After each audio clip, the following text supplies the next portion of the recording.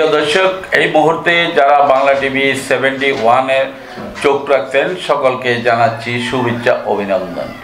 প্রিয় দর্শক, আজ আমরা দক্ষিণ কেরানীগঞ্জ কুন্ডা ইউনিয়নের 8 নং ওয়ার্ডের একজন বিএনপির দূর সময়ের মাঠকর্মী। আজ আমরা তার সাথে একটু কথা বলবো যে সামনে যে নির্বাচন আসতে আছে বা নির্বাচন নিয়ে তারা কি পরিকল্পনা নিয়েছে, এমনকি আওয়ামী লীগ ক্ষমতাকালীন তিনি একজন বিএনপির কর্মী হিসাবে মামলা হামলায় জড়িত হয়েছিল কি না, সেই বিষয়টা নিয়ে আমরা কথা বলবো। আমাদের সঙ্গে থাকুন। আসসালামু আলাইকুম। ওয়ালাইকুম আসসালাম। জি ভাইজান, ভালো আছেন? আলহামদুলিল্লাহ। জি, আপনার থেকে আমরা জানতে চাবো যে বিএনপির কর্মী হিসাবে আপনি যখন মাঠে ছিলেন বা কত বছর যাবৎ বিএনপির কর্মী হিসাবে কাজ করছেন, বা আওয়ামী লীগ ক্ষমতা যখন ছিল আপনার উপরে কি কি জুলুমের শিকার হয়েছেন, এই বিষয়টা যদি দর্শকদের বরাবর বলেন। জি, আপনাকে ধন্যবাদ। আমি 2008 সাল থেকে বিএনপিকে ভালোবাসি, বিএনপি করি। জি। আমার মামা হচ্ছে কুন্ডা ইউনিয়ন বিএনপির সাধারণ সম্পাদক জি। হাজি আফজাল শিকদার। জি। ওনার সাথে আমি দীর্ঘ দিন ধরে রাজনীতি করি। উনি অনেক হামলা মামলার শিকার হয়েছে, ওনার বিরুদ্ধে অনেক মামলা আছে। উনি অনেক রাজপথের ভিতরে অনেক যুদ্ধ করছে। তারপর আপনার আওয়ামী লীগের জন্য তিনি ঘর বাড়িতেও থাকতে পারে না, তিনি বাড়ি ছাড়া ছিল। ওই মুহূর্তে আমরাও এদিকে আওয়ামী লীগের জন্য ঠিক মতন বাড়ি ঘরে থাকতে পারি নাই। আমাদের এখানে কোনো ব্যবসা বাণিজ্য করতে পারি নাই, কাজকর্ম করতে পারি নাই।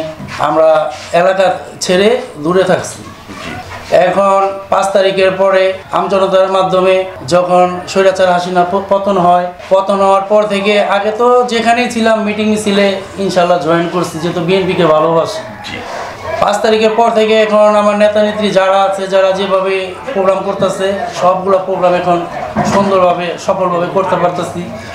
আপনার আওয়ামী লীগের সময় অনেক চাপ সৃষ্টি হয়েছে, ব্যবসা বাণিজ্য করতে পারি নাই।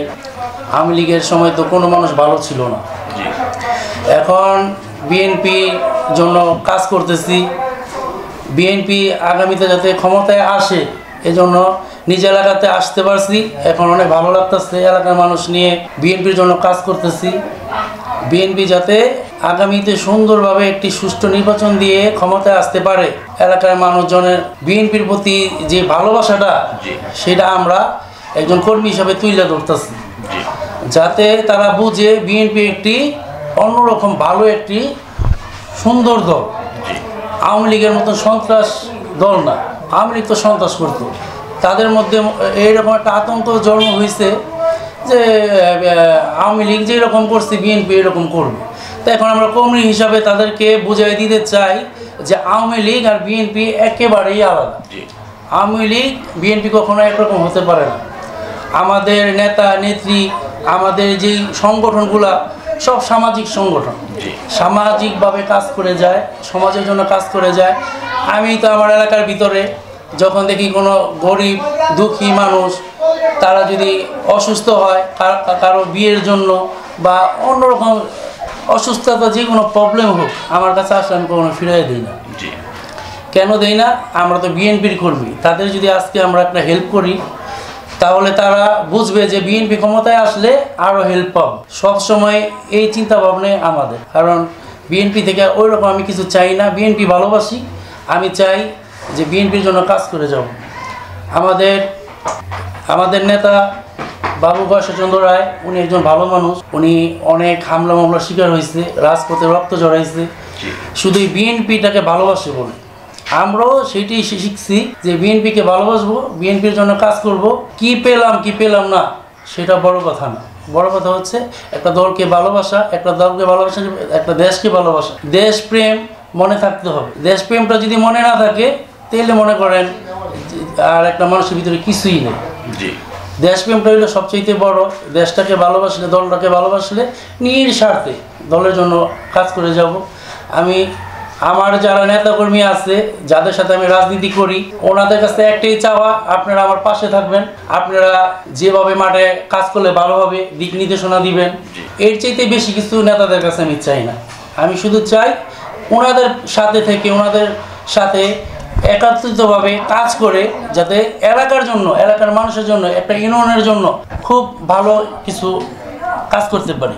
যে আরেকটি বিষয় আমরা জানতে চাবো, এই যে গত 16-17 বছর যে আওয়ামী লীগ ক্ষমতা ছিল, আপনি যেই আপনার জন্মস্থান থেকেও আপনি বঞ্চিত হয়ে ঢাকাতে বসবাস করছেন, যদি বিএনপি আসে তাহলে আপনি একজন বিএনপির কর্মী হিসাবে আপনার কি মনে হয় এই 8 নং ওয়ার্ডে জনগণের কল্যাণে আপনি কতটুকু কাজ করার চিন্তা ভাবনা? ধন্যবাদ আপনাকে।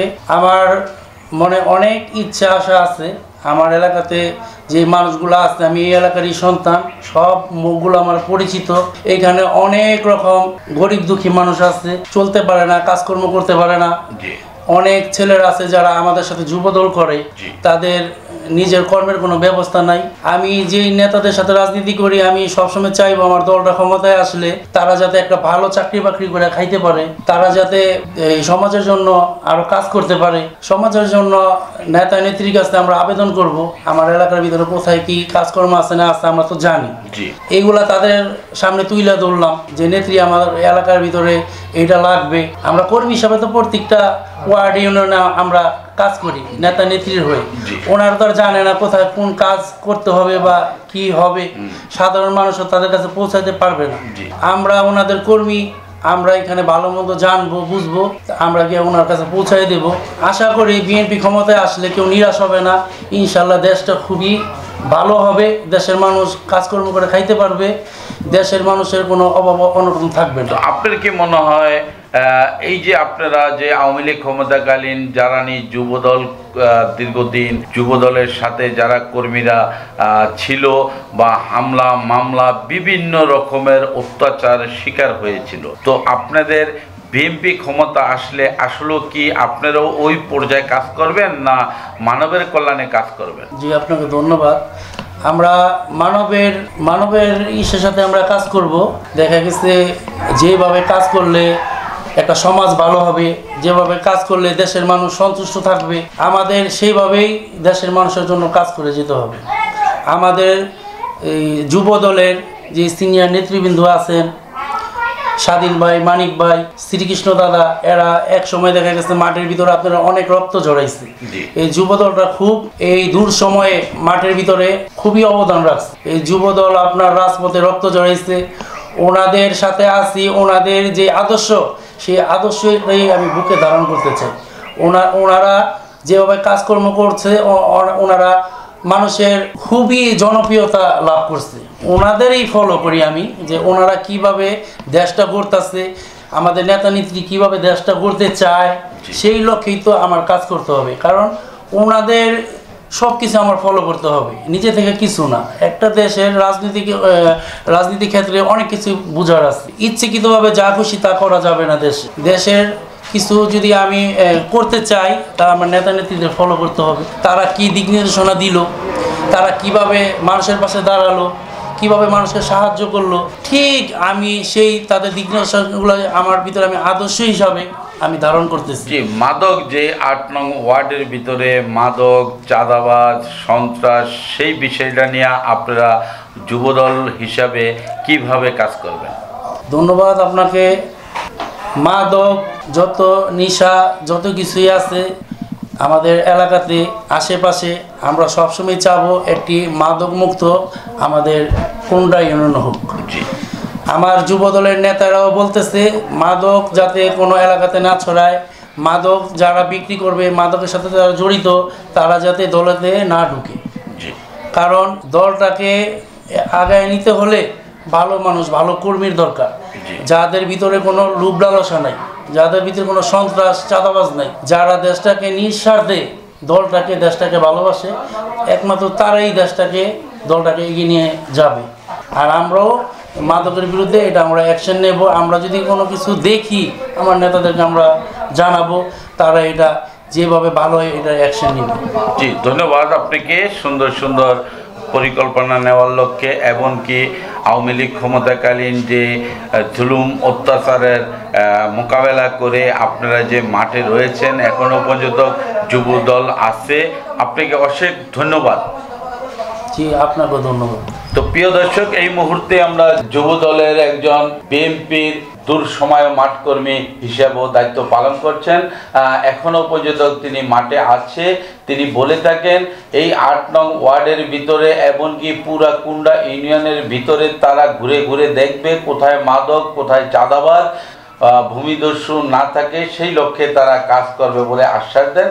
তো প্রিয় দর্শক, সবাই ভালো থাকবেন, সুস্থ থাকবেন, বাংলা টিভি 71-এর সঙ্গে থাকবেন, পাশে রয়েছে খোঁজ খবরের সাথে থাকবেন।